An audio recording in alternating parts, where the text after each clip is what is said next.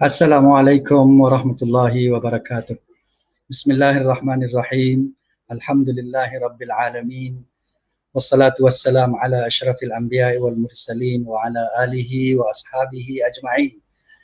Rabbi syrah li sadri wa yassir li amri wa hlul 'uqdatam min lisani yafqahu qawli. Tuan-tuan dan puan sidang penonton yang dirahmati Allah. Sekali lagi malam ni alhamdulillah kita berjumpa, kita bertemu sekali lagi dalam Jom Singgah Wakaf Ilmi. Dan siaran kita ini bersiaran, program kita ini bersiaran 2 kali seminggu, iaitu pada malam Ahad dan malam Rabu. Jadi pada malam ini sebagaimana yang kita janjikan, kita akan bercerita tentang satu tajuk yang penting, tajuk topik yang menarik, iaitu Bapaku Heroku. Tajuk kita malam ni ialah Bapaku Heroku. Sebab yang menonton ni tentunya ramai bapa-bapa, bapa, jadi bapa anak-anak ni dia melihat ayah dia sebagai hero lah. Ataupun ada tajuk yang awal dulu kita tajuk kita ialah Bapa Awesome, Syariat Ganteng. Jadi hari ini saya tidak keseorangan, saya bersama dengan seorang rakan, iaitu Dr. Muhammad Nuri bin Mustafa dari pensyarah pensyarah IAB, Institut Amanuddin Baki, Cawangan, Sarawak. Jadi malam ni kita bersama dengan sahabat kita dari Sarawak, dari Kuching ke dari mana saya tak pasti. Jadi nanti dia sudah ada di talian kita sekarang ni. Assalamualaikum Ustaz. Waalaikumsalam warahmatullahi wabarakatuh. Ustaz di Kuching tau. Di Kuching ke di mana Di Kuching. Di Kuching deh. Okey. Jadi kita sekarang ni berada jauh, satu di Kuching, saya di Kota Baru. Jadi tapi dalam keadaan sekarang ni kita boleh bersama dan kita boleh berinteraksi walaupun kita berada jauh. Jadi apa khabar Ustaz? Sihat ke Ustaz? Alhamdulillah, sihat. Okey, sihat Okey. Jadi dalam di Sarawak ni di Kota Baru. Alhamdulillah. Kota Baru hari ni cerah. Tak hujan hari ni. Kemarin malam ada hujan. Biasanya 2-3 hari ni sebelah malam hujan lah. Siang hari panas yang sangat teramat lah. Tapi di belah petang hujan turun 2-3 malam dah lah. Tapi malam ni okey, alhamdulillah. Tidak ada hujan. Hujan tak turun lah malam ni. Jadi di Sarawak ni masih lagi COVID ni, secara mana COVID di Sarawak, Kuching? COVID di Sarawak ni turun dah sikit. Daripada 900 tu kepada 500 lebih dah rasanya. Alhamdulillah. Ini sama tinggi dengan Kelantan. Ni Kelantan pun turun banyak. Kelantan hari ni 133 hari ni di Kelantan. Naik turun. Tapi tidak turun seturun-turunnya lah. Kita mengharapkan ada perubahan lah dalam masa sehari 2 hari ni, insyaAllah. Kerana kita rasa dah teruk sangat dah. Duk berada dalam keadaan lagu ni, duk berkurung di rumah, nak keluar rumah pun rasa macam tidak selesa, memang takut nak keluar rumah ni. Jadi kita harapkan doa-doa lah, pakar-pakar doa, semoga Allah angkatlah bencana yang menimpa kita ni. Jadi Ustaz, kita teruskan dalam cerita kita pada malam ni, cerita mengenai bapa yang hero, superhero lah. Sepatutnya bapa ni memang menjadi superhero, menjadi idola kepada anak-anak, menjadi contoh kepada keluarga. Jadi kita nak cerita dalam keadaan lon ni, sebab kalau sebelum ni bapa boleh mengelak Ustaz, kita boleh mengelak sebab kita jarang berada di rumah. Tapi di musim ni siang di rumah, malam di rumah, di depan anak-anak. Jadi anak-anak yang sebelum ni tak berapa kenal kita pun dia dah mula kenal kita. Kita pun yang tak kenal anak-anak kita, sekarang kita jadi kenal anak-anak kita lah. Jadi banyak benda yang berubah dalam keluarga kita, dalam kehidupan kita berubah disebabkan bencana ini, tetapi kita nak ambil yang positifnya. Kita ambil peluang daripada kita ber-PKP ni, kita membina keluarga yang lebih baik, yang lebih mantap. Jadi malam ni kita nak seruh Pak Ustaz, sebab sepatutnya kita ada 2 orang malam ni, tetapi oleh kerana ada sahabat kita ada uzur sikit, dia tidak dapat bersama dengan kita di last minute. Tak apalah, kita 2 orang sah. Jadi saya nak bagi ruang yang lebih luas kepada Ustaz untuk menceritakan tentang keluarga ataupun tentang ayah yang awesome ini. Silakan Ustaz.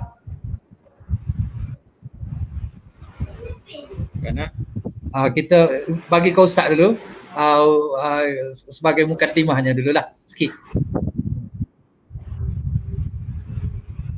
Dengar kau Ustaz? InsyaAllah. Okey. Silakan Ustaz. Tak apa jelas tak ni tu. Oh, tak jelas ni? Ya. Okey, Assalamualaikum warahmatullahi wabarakatuh.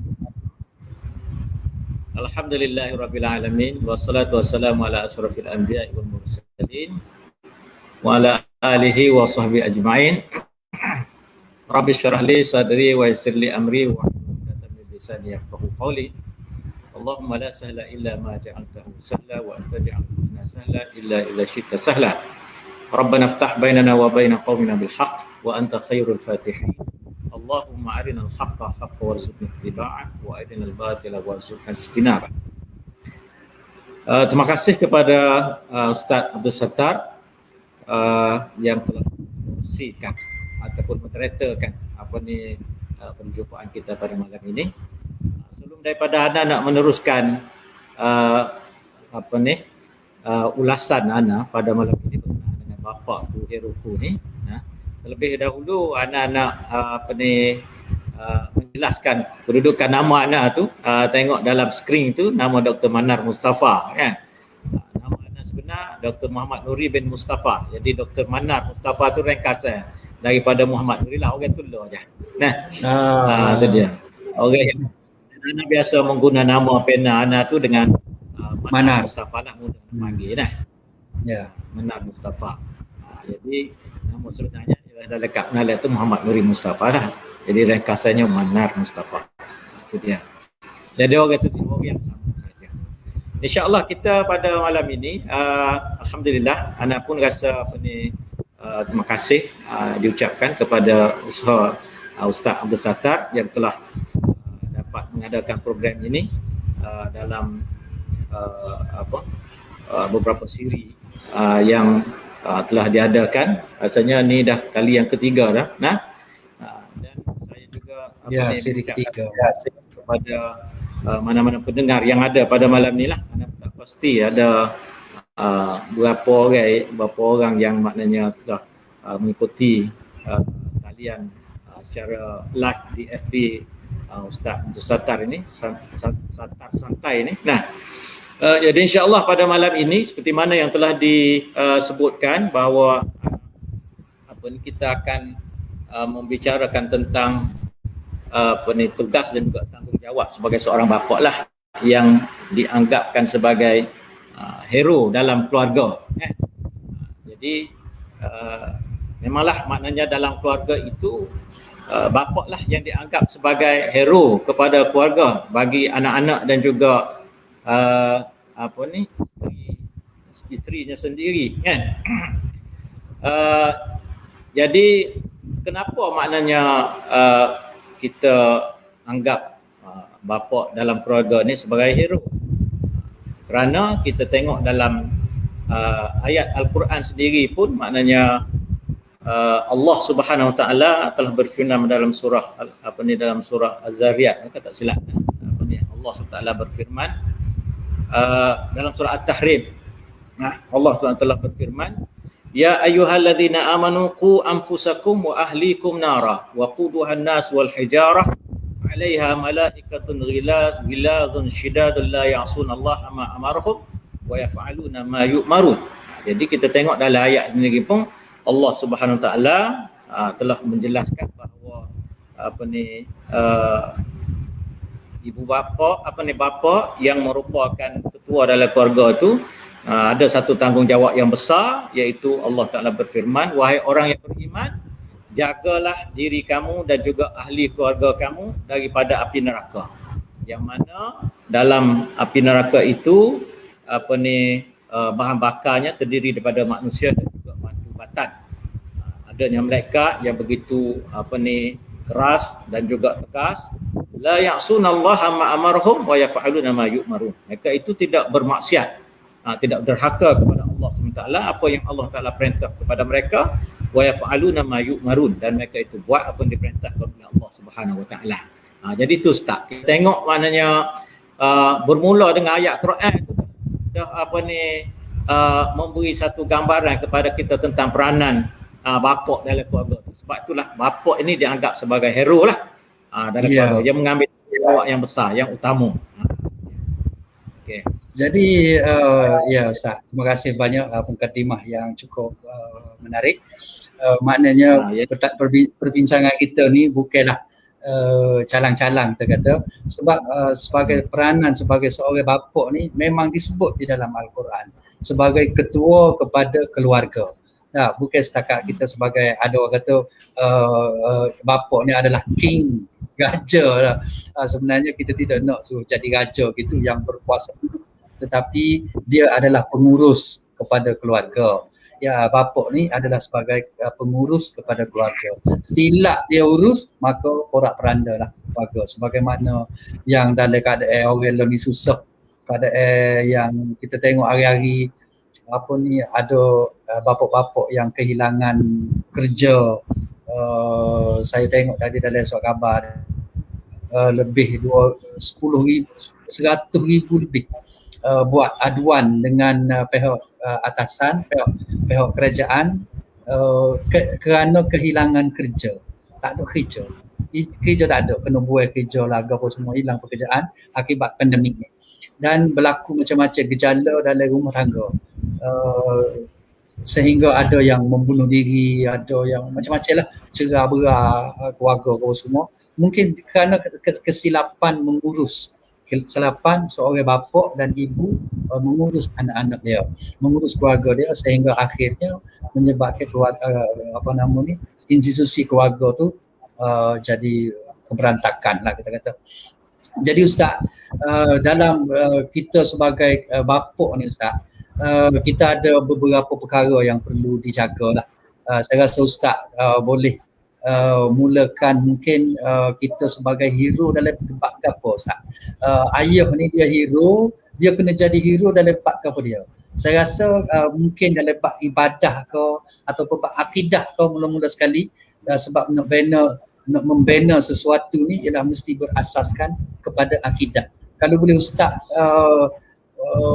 ulas sikit mengenai hero-nya seorang bapa tu apabila dia boleh dia hero dalam bab akidah kau. Gitu Ustaz. Kalau silakan. InsyaAllah. Jadi apa yang telah disebut oleh Ustaz Abdul Sattar tadi, saya cukup menarik jugalah dalam keadaan pandemik COVID kita ni. Maknanya dalam keluarga itu banyaklah berlaku berantakan dan juga sebagainya lah. Dan ini adalah merupakan satu ujian kita lah, ujian ke atas diri kita sendiri oleh Allah Subhanahu Wa Taala, yang Allah Taala sebut dalam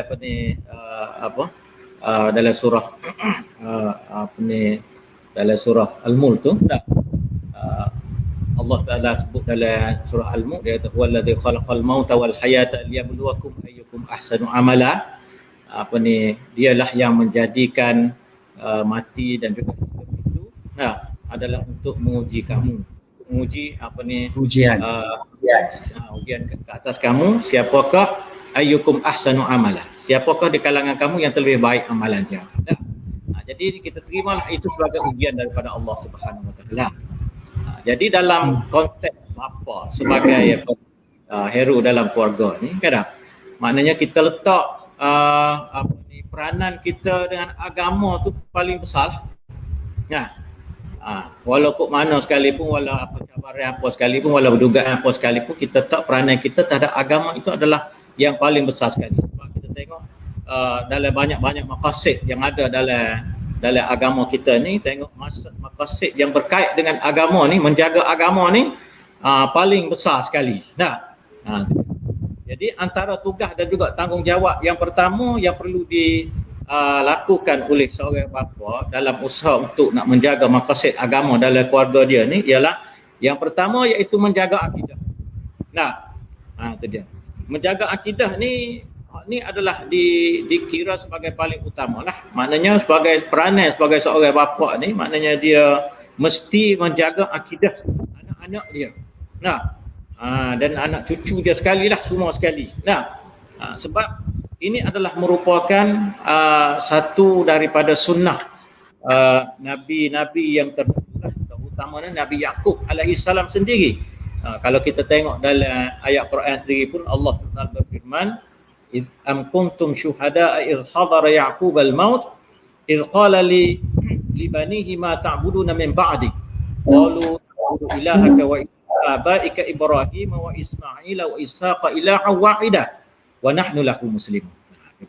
Jadi dalam ayat ni Allah SWT sebut, maknanya dia kata demikianlah wasiat Nabi Yaqub, bukan sebagaimana yang kamu katakan itu wahai orang Yahudi. Maknanya Nabi Yaqub ni menjelaskan kedudukan keadaan dia lah dengan anak cucu dia. Tidak seperti mana yang disebut oleh orang Yahudi itu. Di mana Nabi Yaqub alaihissalam ni ketika hampir dia meninggal, hampir dia mati, dia menasihat buat wasiat juga, dia bertanya kepada anak dia. Apakah yang kamu akan sembah sesudah aku mati? Dia tanya anak cucu dia. Mereka menjawab, anak cucu dia jawab, mana? Kami menyembah Tuhanmu dan Tuhan datuk nenekmu Ibrahim dan juga Ismail dan juga Ishak, Tuhan yang Maha Esa, dan kepadanya sahaja kami berserah diri. Maknanya dia teh pegangnya anak cucu dia tu dulu. Nak pastikan anak cucu dia ni tak sesat pada masa akan datang, maka maknanya dia tanyalah, mu nak sembah gapo lepas ni? Tu dia. Anak cucu dia jawablah, dia nak sembah iaitu Tuhan Allah Subhanahu Tuhan Nabi Yaqub alaihissalam dan Tuhan nenek dia iaitu Nabi Ibrahim, Nabi Ismail dan juga Nabi Ishak, iaitu Tuhan yang satu, bukan Tuhan yang berbagai dan juga sebagainya. Itu dia. Jadi ini sebagai satu teks Nabi Yaqub kepada anak cucu nak jaga keluarga. Supaya makna tidak menyeleweng daripada jalan Allah SWT. Nabi pun sendiri dia teks para sahabat dia juga.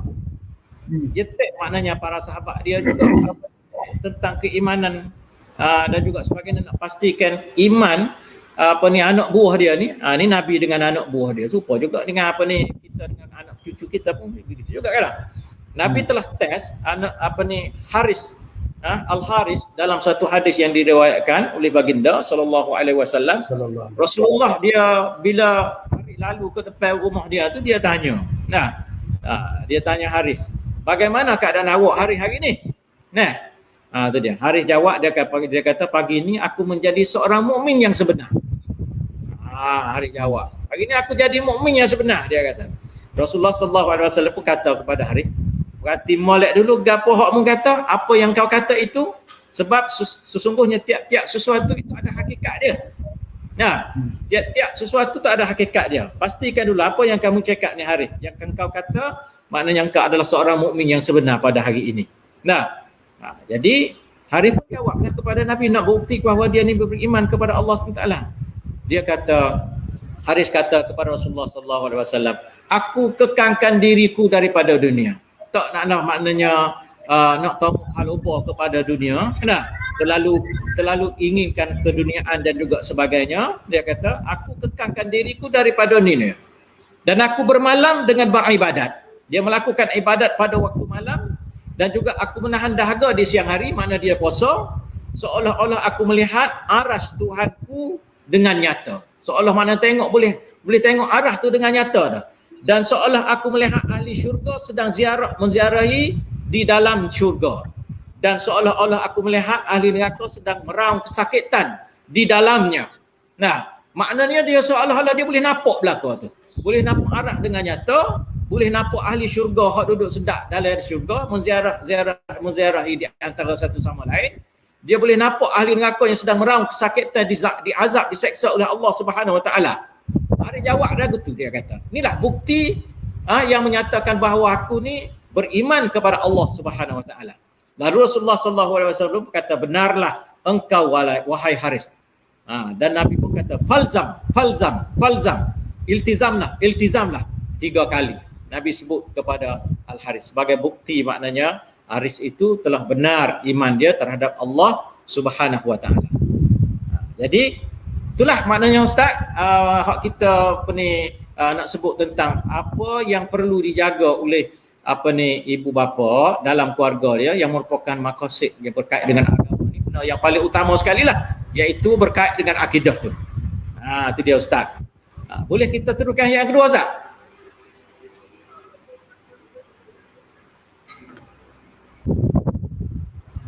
Ustaz mute.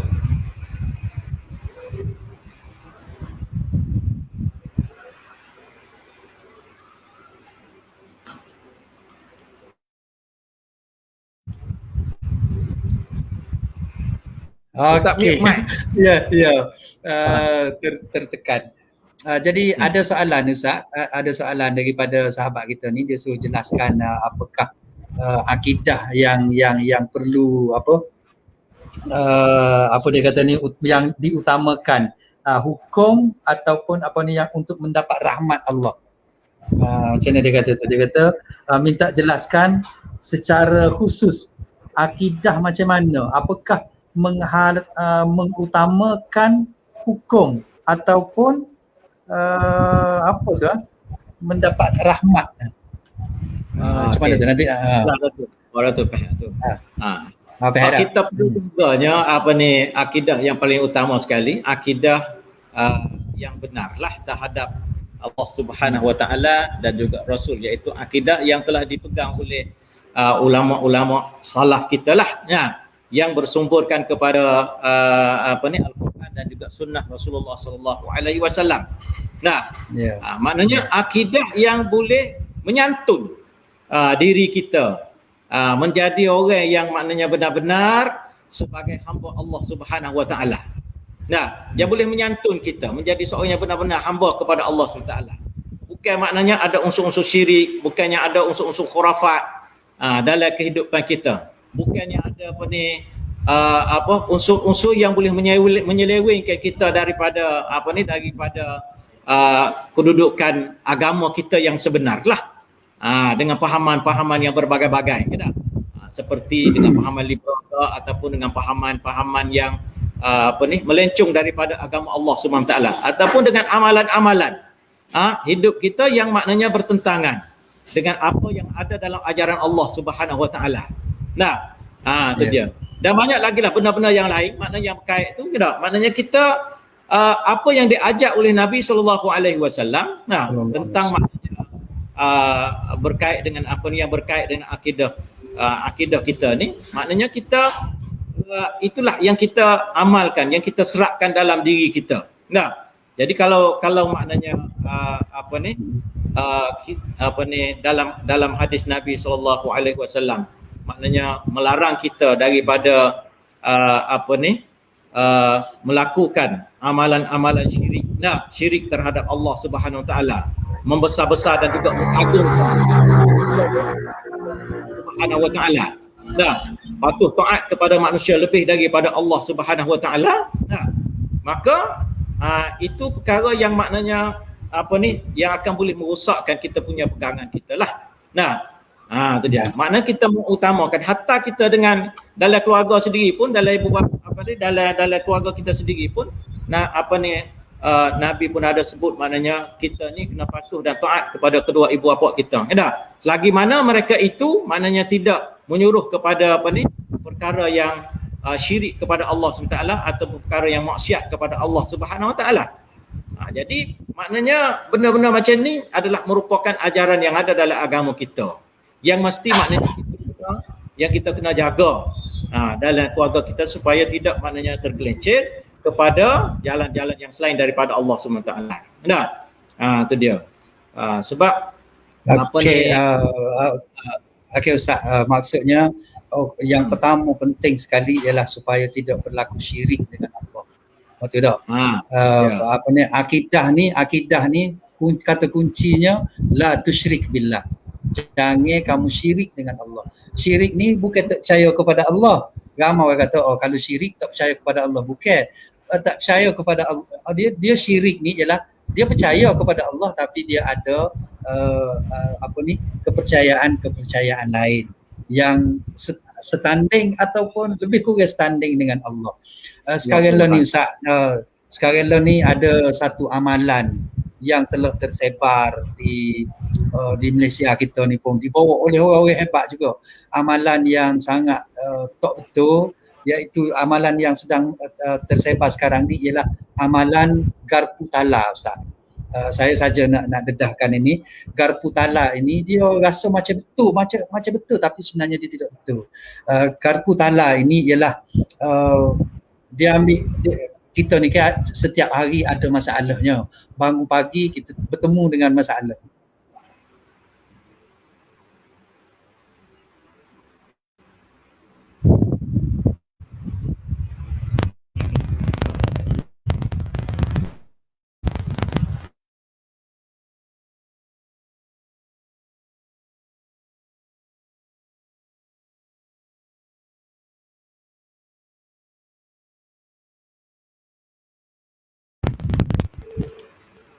Okey, Ustaz.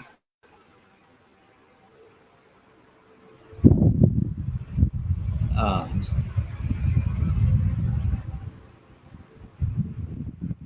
jam Ustaz.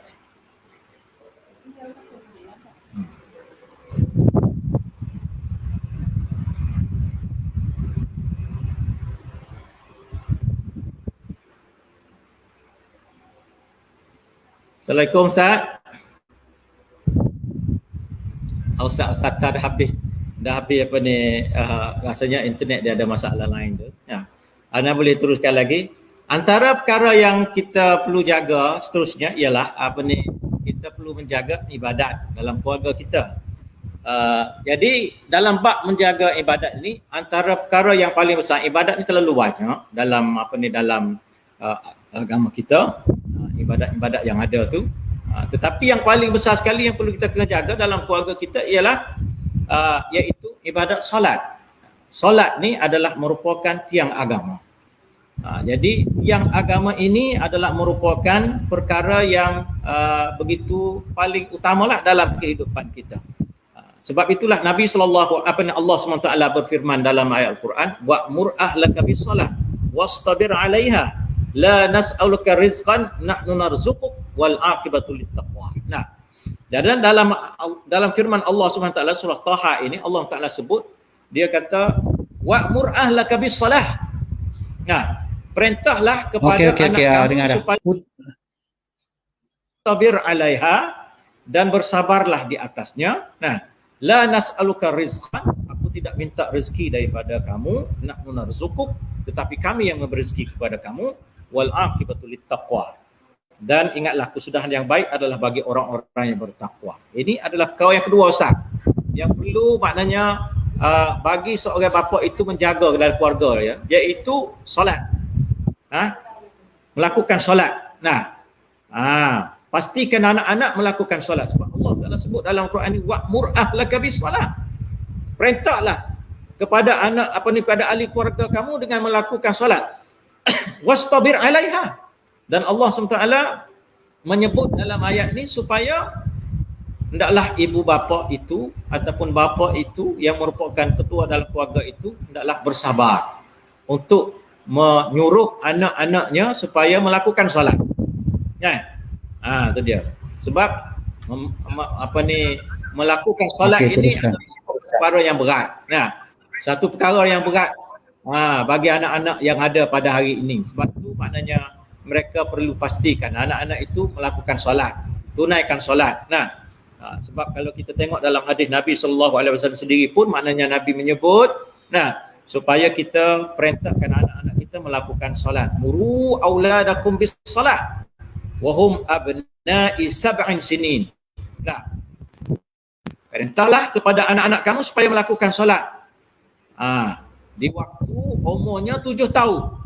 Nah, wadribuhum 'alaiha wa hum abna'u 'ashrin. Nah, dan hendaklah pukul dia semasa dia berumur 10 tahun kalau dia tak buat. Nah, itu ni antara hadis Nabi yang ada, yang kita semua kita tahu, kebanyakan kita pernah dengar pun maknanya hadis-hadis ini, supaya pastikan anak kita ni melakukan solat. Pada umur 7 tahun, pastikan dia boleh melakukan solat. Boleh baca, boleh baca ayat semasa qiyam, boleh baca beberapa zikir doa yang ada dalam rokok, sujud dan juga sebagainya, boleh baca tahiyat sehingga selesai melakukan solat itu. Beberapa perkara yang berkaitan dengan bacaan-bacaan yang ada dalam dalam solat yang merupakan rukun qauli itu.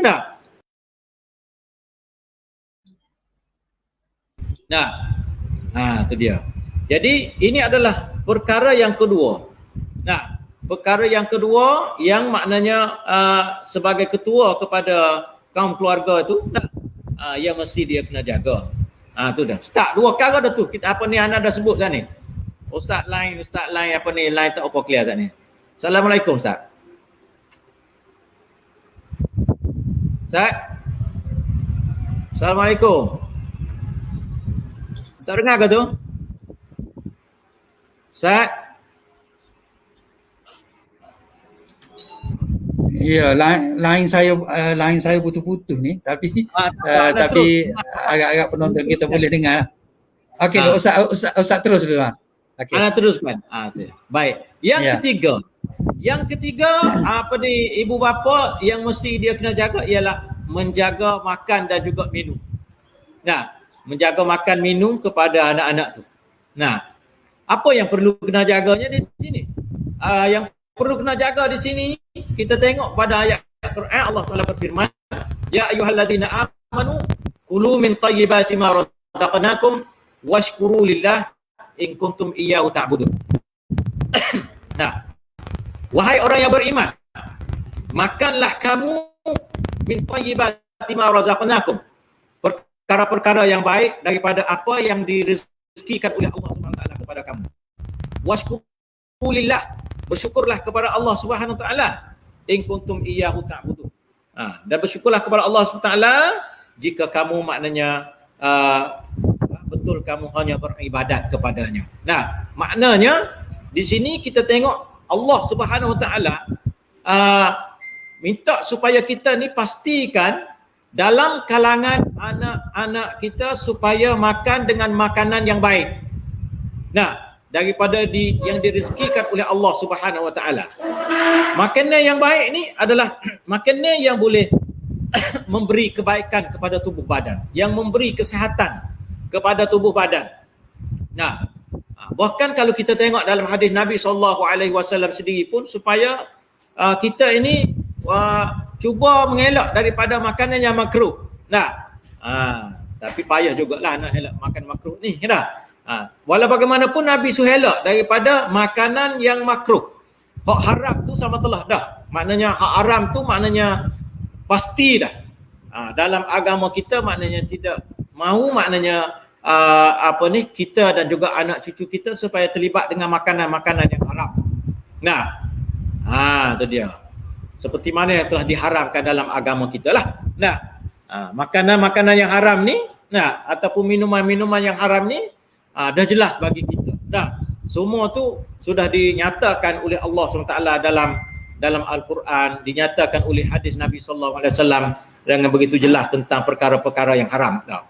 Bahkan Islam minta supaya kita jauhkan juga dengan perkara-perkara yang makruh. Nah, itu dia. Selagi mana kita boleh elak lah, kita jauh daripada perkara-perkara yang makruh. Nah, ada Nabi sebut dalam hadis ni, siapa yang memakan bawang merah, bawang putih, kucai, janganlah hampiri masjid.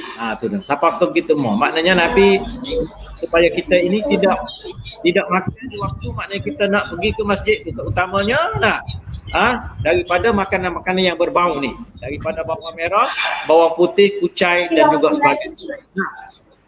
Tu dia. Jadi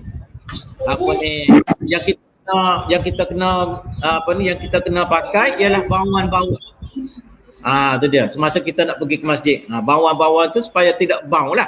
Nah, jangan waktu masjid tu nak makan bawang pun nak pergi masjid. Hanya tukar antara bawang dengan bawang. Dah kan? Tu dah nak ingat. Masih Ustaz Mak Mustafa mengajar ni, orang yang jauh daripada tempat duduk dia tu, Ustaz Mak Mustafa kita nak pergi masjid ni sunat kena pakai bawang-bawang. Dia orang duduk jauh ni dia dengar balik orang dia kata Ustaz Mak Mustafa hari ni dia kata kita sunat pakai bawang-bawang, dia kata. Dia suruh dia duduk jauh, dia tukar bunyi Ustaz Mak Mustafa tu mengajar dah. Tu dia. Jadi termasuk dalam perkara yang boleh yang boleh dikategorikan sebagai makanan yang baik ni kan ialah makanan yang bukan jenis makanan yang segera lah. Tu dia. Jadi makanan yang segera ini kita tengok maknanya tidak banyak memberi manfaat kepada tubuh badan kita dan patut maknanya kita elaklah daripada makanan seperti itu. Sebab tu Nabi SAW ikut sunnah dia, Nabi ni selepas baginda bangun pagi selepas solat, lepas solat subuh lah, dia akan meminum segelas air dengan madu. Tu dia akan meminum segelas air dengan madu. Baginda juga bersabda bahawa sesiapa yang berpagi dengan sarapan 7 biji kurma pada hari tersebut, ia tidak akan terkena racun dan juga kena sayat. Ini adalah pemakanan sunnah. Yang disebut oleh Nabi SAW supaya maknanya kita dalam keluarga kita lah. Tu dia. 3 perkara tu Ustaz. Ya. Sama. Kita ada masalah lain tadi. Mungkin kita tak pasti penonton kita boleh dengar atau tak boleh dengar. Tapi kita teruskanlah. Jadi 3 perkara dah Ustaz cerita tadi. Yang pertamanya adalah akidah. Yang keduanya adalah ibadah tadi Ustaz lah. Itu tentang solat. Dan yang ketiga ni ialah tentang makan minum.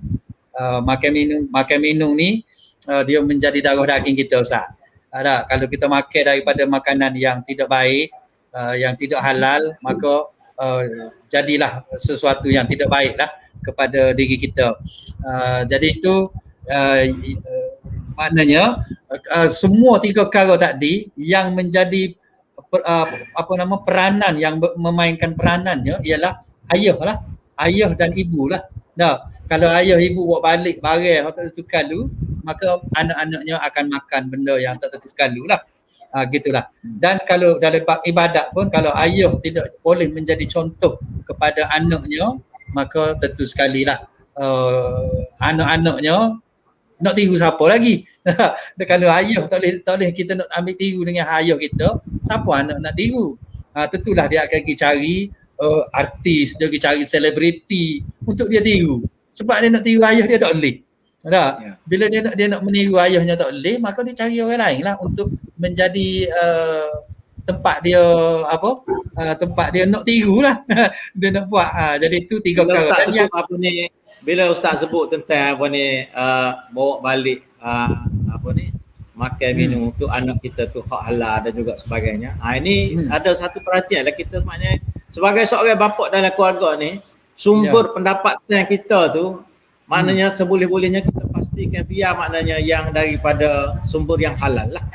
Bukan daripada rasuah, bukan daripada pecah amanah dan juga sebagainya. Ini perkara penting lah, sebab kita akan guna dalam keluarga kita untuk makan minumnya. Sedap lah bila boleh pitih banyak ni. Memang sedap pun.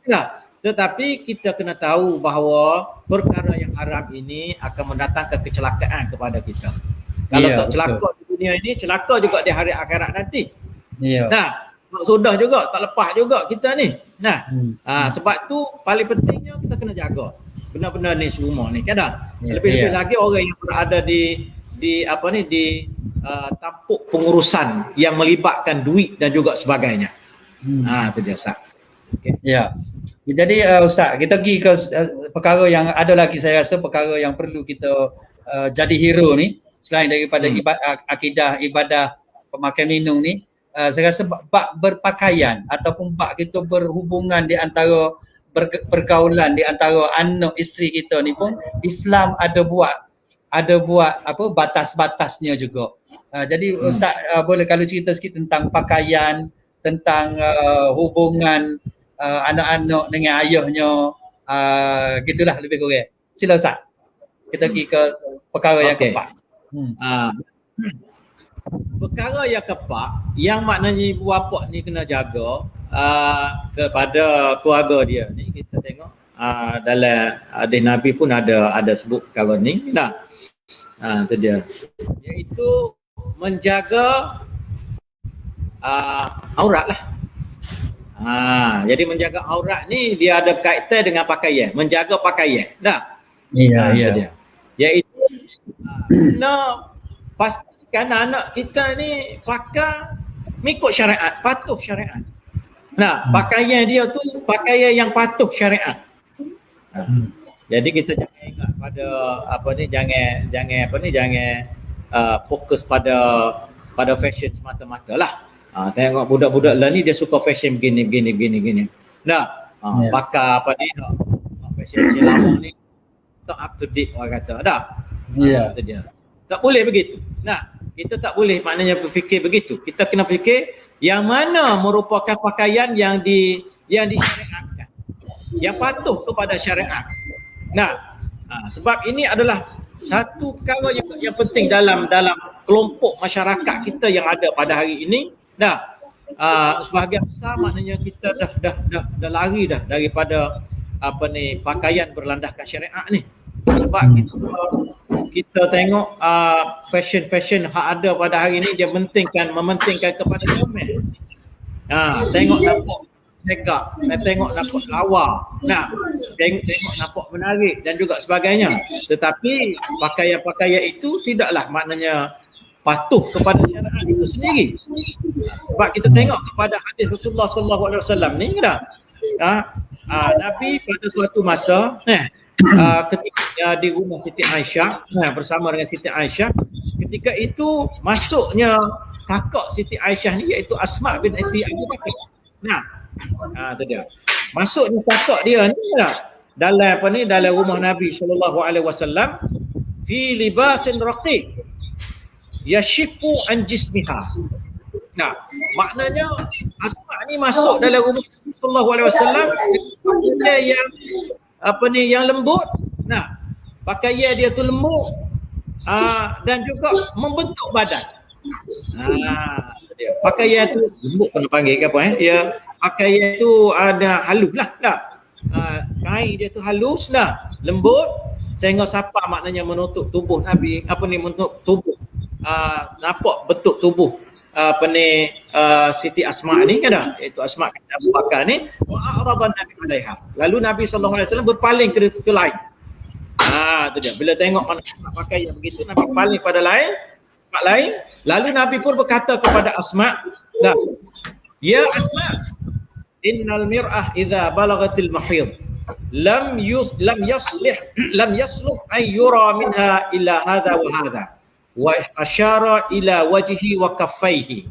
Maknanya Nabi berkata kepada Asma, dia kata semua perempuan apabila sampai umur haid dia, umur kedatangan haid dia, lam yasluh ayyura minha, tak elok dia untuk dilihat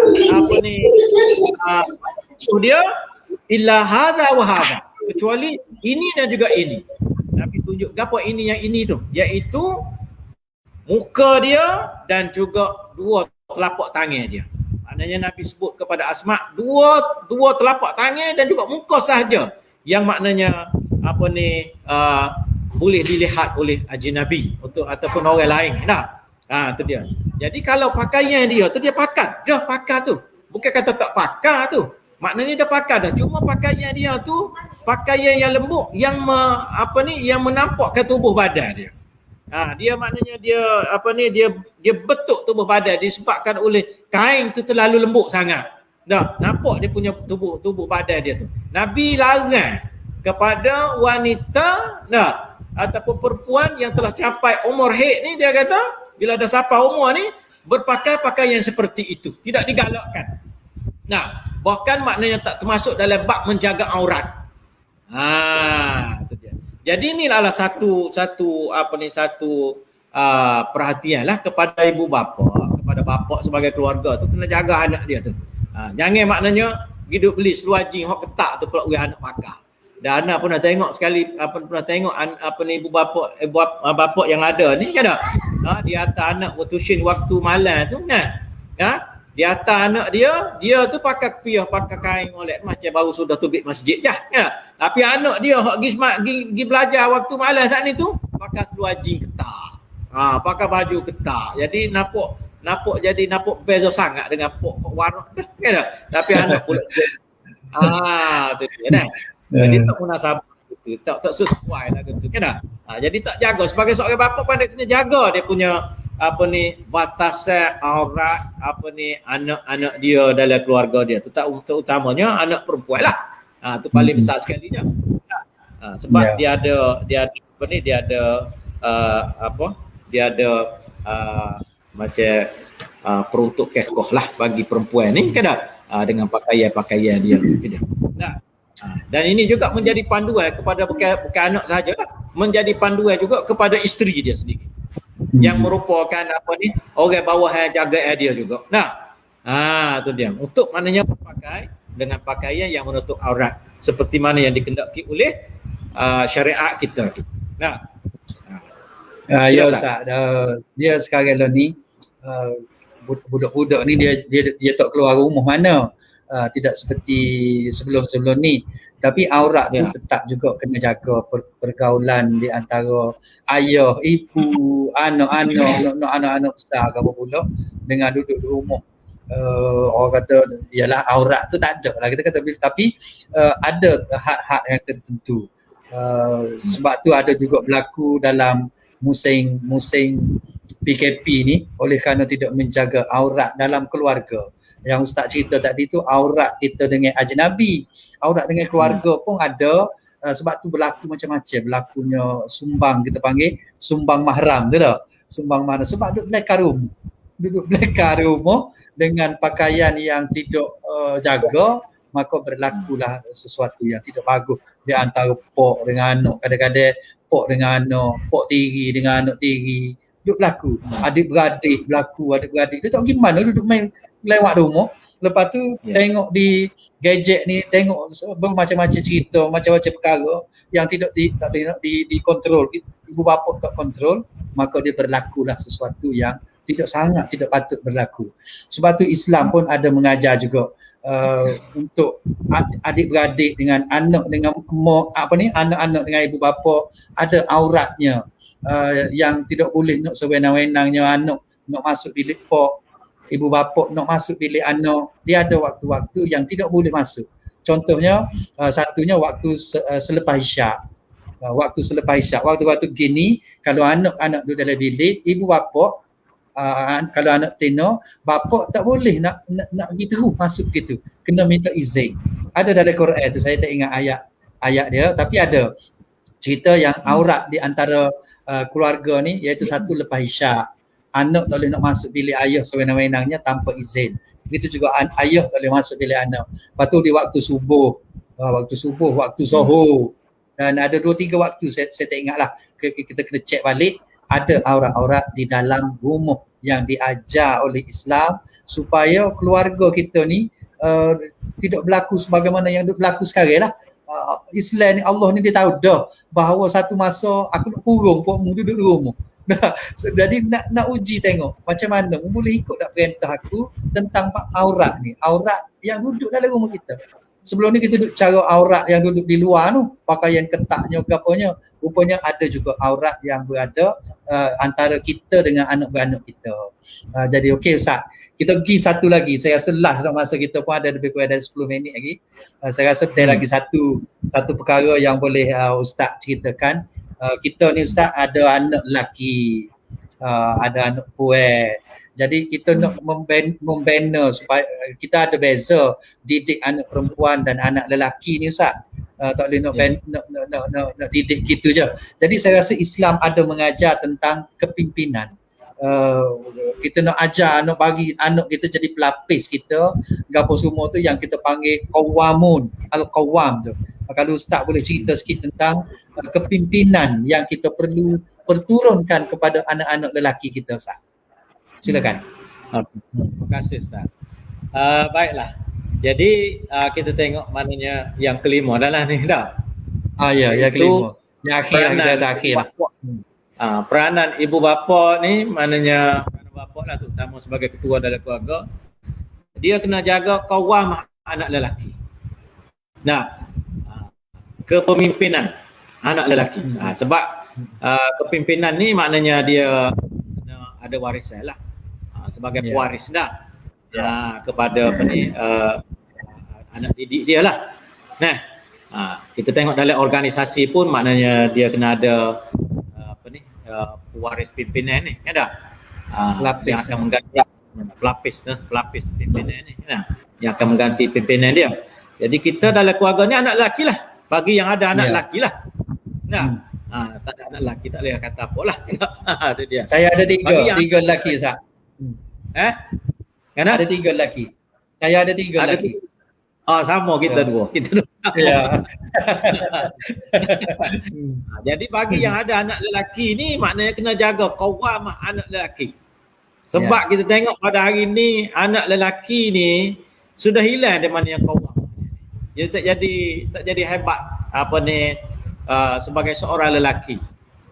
Bukan nampak maknanya kepimpinan perempuan itu pun lebih hebat daripada lelaki. Anak pun sebagai apa ni sebagai pensyarah di IAB ni dah kita tengok kita buat latihan kepada bakar-bakar apa ni pengetua ataupun guru besar. Kita tengok maknanya ramai dah dalam kalangan maknanya bakar-bakar pemimpin pendidikan kita ni daripada kalangan orang perempuan. Tak ramai maknanya orang lelaki. Bukan pengetua-pengetua pun ramai daripada kalangan perempuan, bukan daripada lelaki. Dah. Ini satu fenomena yang barulah yang ada pada hari ini. Nah, itu dia. Di mana kita tengok kehebatan tu ada pada perempuan melebihi daripada lelaki itu sendiri. Kita tengok dari keputusan-keputusan dan juga sebagainya, kita tengok ramai maknanya orang-orang perempuan mengatasi daripada lelaki. Jadi di sini maknanya bab qawamah ni kita nak kena jaga juga anak lelaki kita ni supaya bila dia besar nanti dia tidak jadi queen control dalam keluarga dia. Kan tak? Apa keputusan dalam keluarga dia? Nanti tanya mak murah dulu. Kan tak? Itu dia. Kan tak? Tak ada qawamah. Jadi dia sebagai apa ni ketua dalam keluarga tu, mana keputusan dia je? Nah, mana maknanya apa ni kedudukan dia sebagai ketua dalam keluarga tu. Sebab tu maknanya ini adalah satu perkara yang amat penting lah dalam suasana masyarakat kita yang ada pada hari ini, ya tak? Lebih-lebih lagi sifat qawamah ni maknanya orang lelaki ni seorang yang bukan setakat mana dia mampu membuat keputusan dalam keluarga, bahkan dia juga merupakan orang yang mampu untuk mencari nafkah kepada keluarga dia. Bukan bergantung kepada sumber pendapatan kepada isteri semata-mata. Tadi ni lemah benar lah kalau lagu tu kan. Nah, dia jadi jaga anak ya. Nah, tu dia. Dia jadi jaga anak. Lepas tu isteri pergi kerja, cari pendapatan untuk buat balik makan dan minum gapo semua sekali. Ya dah. Untuk anak dan juga masuk dia sendiri. Jadi ni berat lah lagu ni ya dah. Jadi kita tidak naklah padanya qawamah lelaki ni hilang ya dah. Jadi saya dengan lelaki ni duk main haji atas wakaf. Nah. Tu dia. Duk jual sayur, duk gapo di pasar tu bini, duk jual. Nah, lepas ke atas bini di pasar, dia pun balik duk main haji atas wakaf. Itu sebagai contohnya. Ya dah, kita tidak nak lagu tu sebab orang lelaki ni kita kena pastikan maknanya dia ada qawamah. Sebab tu anak lelaki dalam keluarga kita ni kita kena didik dia. Nah, pasti maknanya dia boleh buat keputusan dan juga dia boleh ada kemampuan dia untuk nak mencari rezeki kepada keluarga dia nanti. Sebab Allah SWT sebut dalam ayat ni kan dah, surah An-Nisa ni, ar-rijalu qawwamun 'alan nisa. bima faddalallahu ba'dhum ala ba'din wa bima anfaqu min amwalihim.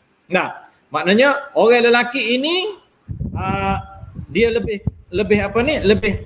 lebih qawwam. Pemimpin.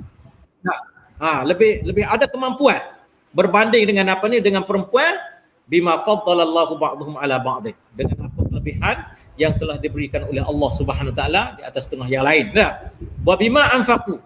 Nah, dan juga kerana orang-orang lelaki itu telah membelanjakan, iaitu memberi nafkah sebahagian daripada harta mereka. Maknanya dia boleh cari sumber pendapatan kepada keluarga. Ini adalah merupakan satu qawamah yang ada pada lelaki itu.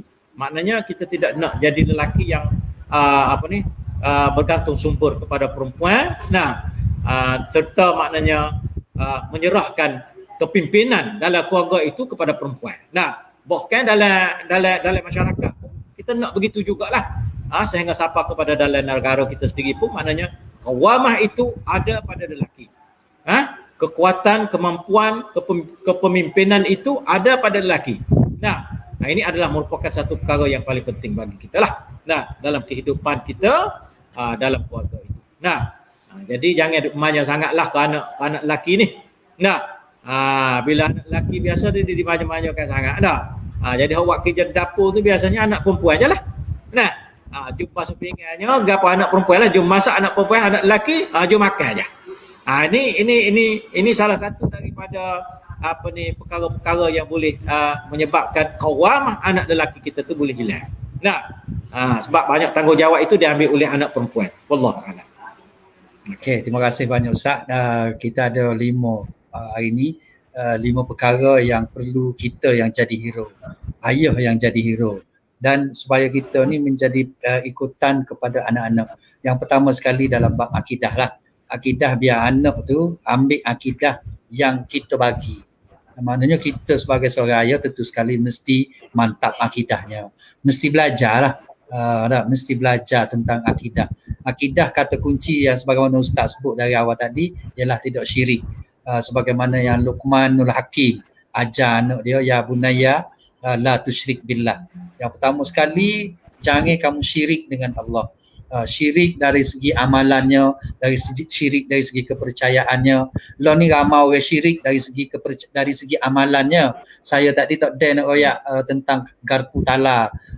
Tadi tak ada, tapi tak apalah, kita cerita semula. Dan kita kena ambil masa semula cerita tentang bagaimana akidah orang lo ni. Dia sebab satu hal Ustaz, sebabnya orang lo ni pakat nak jadi ustaz belaka, tak? Itu jadi masalah. Tak ada kerja, semua orang nak jadi ustaz. Dia buat YouTube, dia buat TikTok, pun cerita agama. Lalu akhirnya agama ni jadi cacah merbah di orang agamanya, orang ugamawannya tak say lagu ni. Nak kita ajak nak suruh berforum dalam internet gini, dia kata apa internet tak tahu say dia. Dia tak say, dia nak pergi ngajar di masjid-masjid je. Jadi menyebabkan tugas yang ustaz ni sepatutnya diambil oleh orang-orang selebriti. Bila dia jadi selebriti, dia nak cerita agama, maka agama jadi punah. Akidah rosak. Yang kedua tadi, ibadah. Jadi seorang bapa juga mestilah menjadi hero dalam bab ibadah. Maknanya dia boleh jadi tu imam. Ngata imam masjid tu, anak-anak kata sedap berimam dengan ayah. Sebab ayah baca sedap. Tidak kata untuk saya baca sembahyang dengan ayah, sebab ayah baca pun telur lebih kurang dia. Jadi macam mana anak nak kita dah, macam mana kita nak jadi hero, macam mana kita kalau dari segi bacaan Quran, dari segi apanya, kita mesti lebih baik daripada anak kita lah.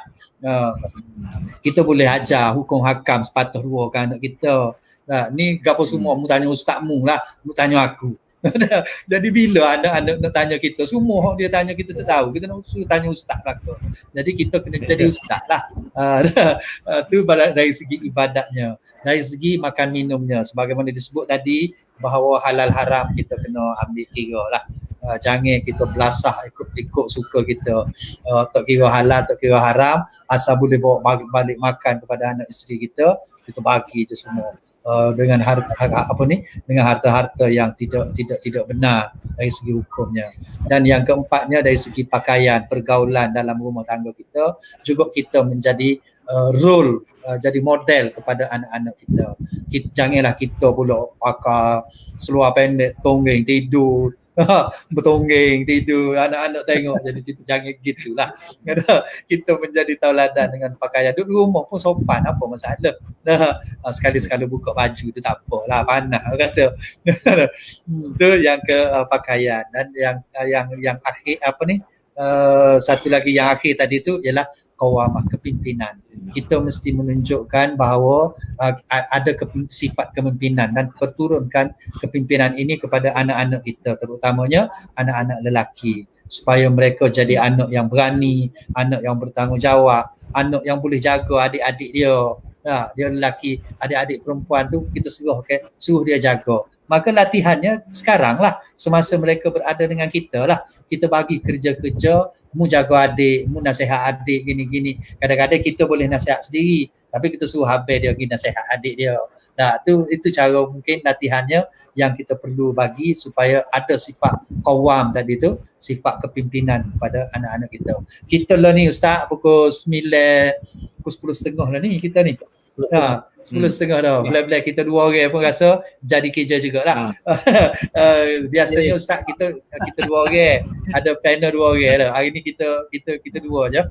Jadi tak apalah. Kita harapkan, dan saya minta maaf banyak kepada follower kita ni yang menonton sekarang ni. Ada banyak soalan Ustaz. Jadi saya tak ada tempat tadi line kita out tadi sebentar. Jadi kita tinggal banyak dah. Lepas-lepas ni lah kot kita pakai bicara dalam chatting ni. Ada banyak soalan yang mereka tanya, tapi masa kita dah Ustaz boleh jawab nanti dalam tu. Boleh jawab dalam kita pakai jawab lah. Kita pakai jawab kalau ada kemusykilan tu. Jadi nak ucap terima kasih lah di akhir sekali ni. Ustaz bagi seminit lah, saya bagi ke Ustaz. Seminit. Untuk apa-apalah untuk ucap akhir. Ucapan akhir. Penutup. Baik.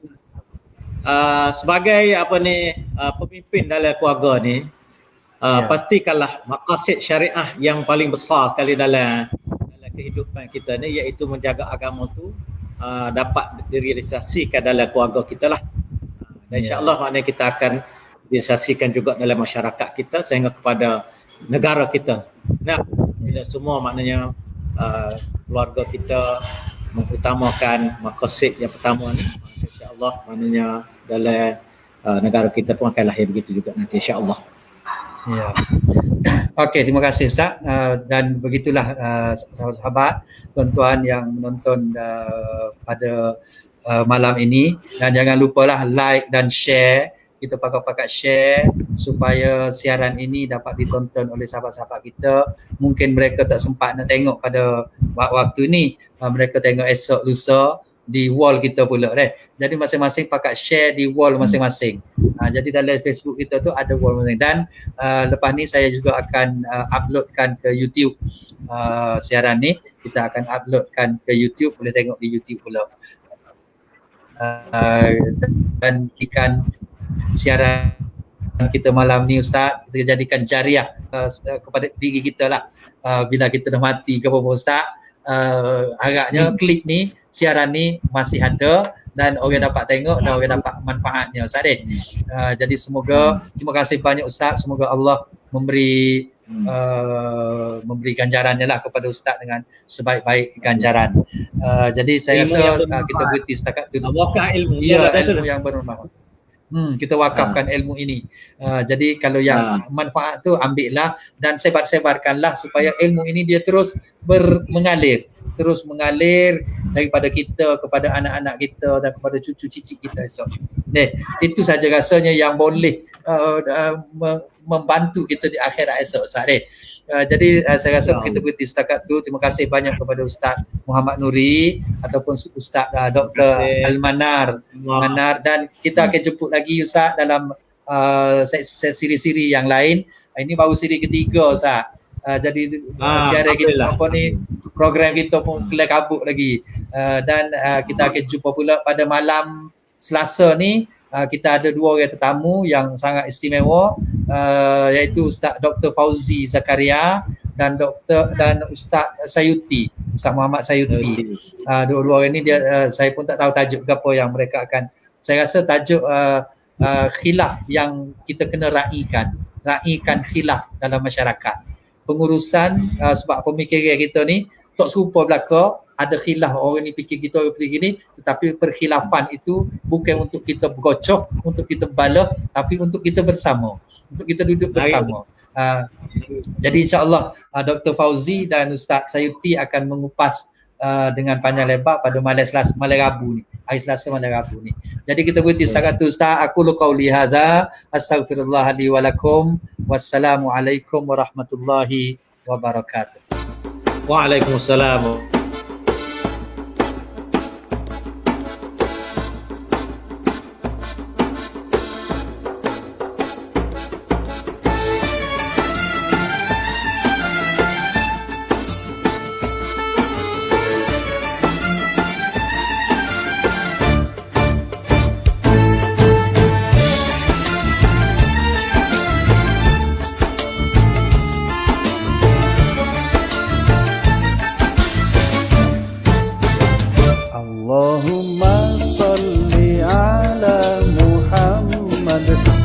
Ya Rabbi salli alaihi wasallim. Allahumma salli ala Muhammad. Ya Rabbi salli alaihi wasallim. Allahumma